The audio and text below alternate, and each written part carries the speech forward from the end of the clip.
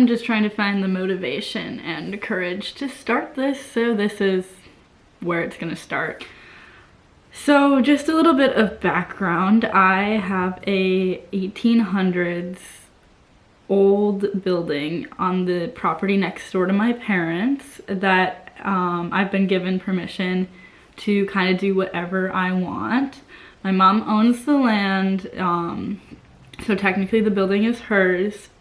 It's kind of weird. I would say I'm like in a weird stage of my life where I'm like, I don't know what I'm doing. I just graduated college.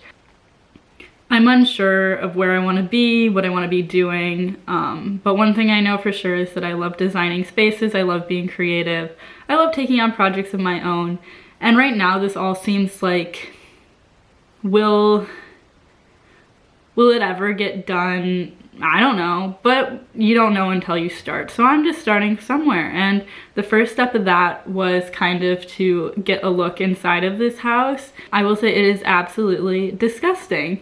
This is basically, I'd say, like starting from zero. You have the framework of a building, and there is a foundation under the building, and the foundation has its own problems.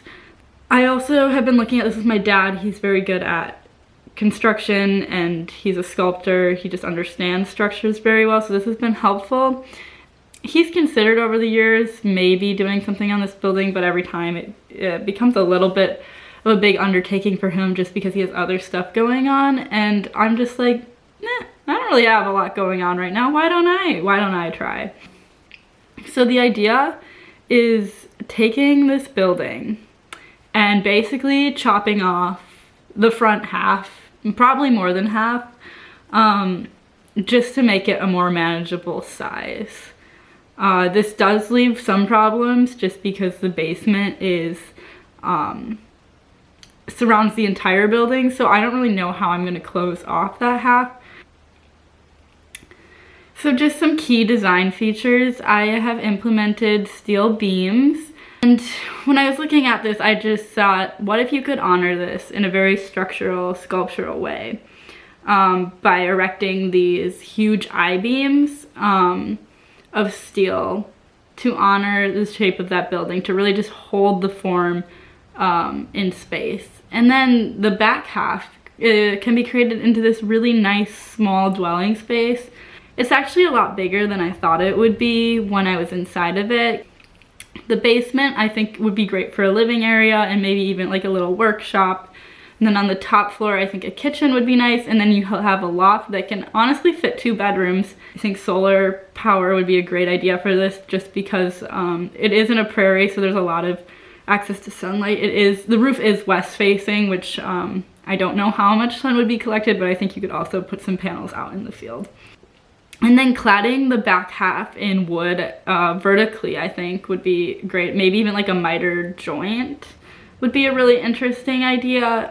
And I think the roof, since you won't see it, just based on the height of the building and the angle it faces on the site, nice black corrugated steel would be a good idea just because that is a pretty inexpensive building material, and the solar panels are going to hopefully go on top of it as well.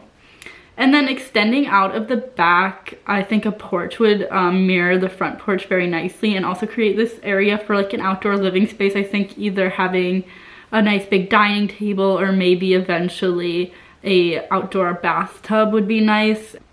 I think the first step is to price out the OSB to cover the sides.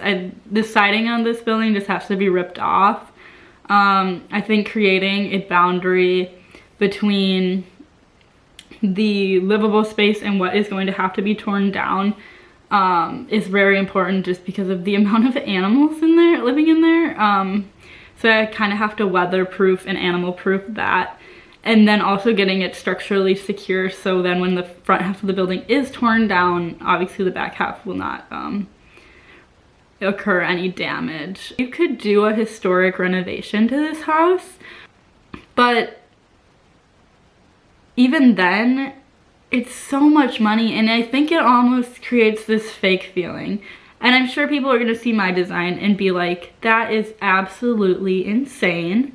Why would you go through all that work putting up all this steel when you're not gonna have a livable space under it.